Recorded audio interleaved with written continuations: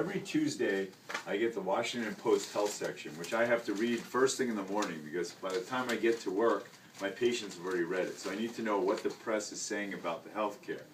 And a lot of this stuff is stuff based on relative risk, which we talked about, and stuff that is not exactly relevant. But this section last Tuesday was all about older people and how to age well.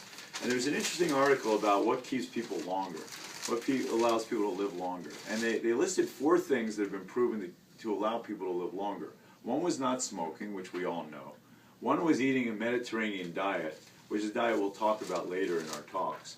Another one was exercise, so regular exercise every day. It doesn't have to be vigorous exercise. And those 3 things, people who engaged in those 3 things tended to live about 5 years longer than other people.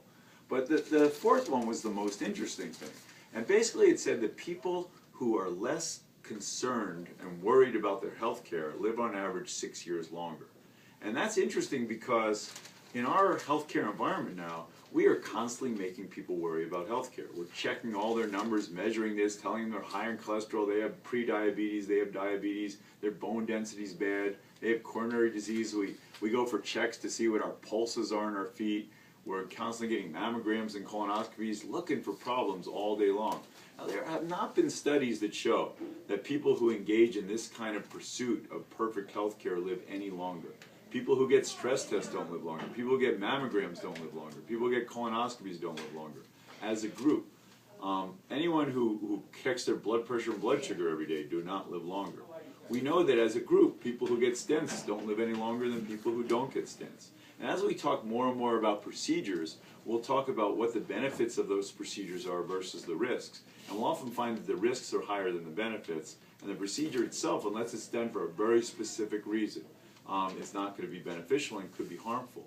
But what we don't usually get to is the level of stress that all these procedures cause.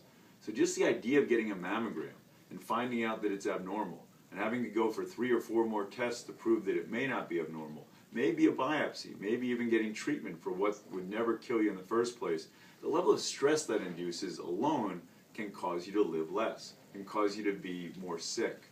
We like to give people diagnoses and tell them they have this and that. We like to test them.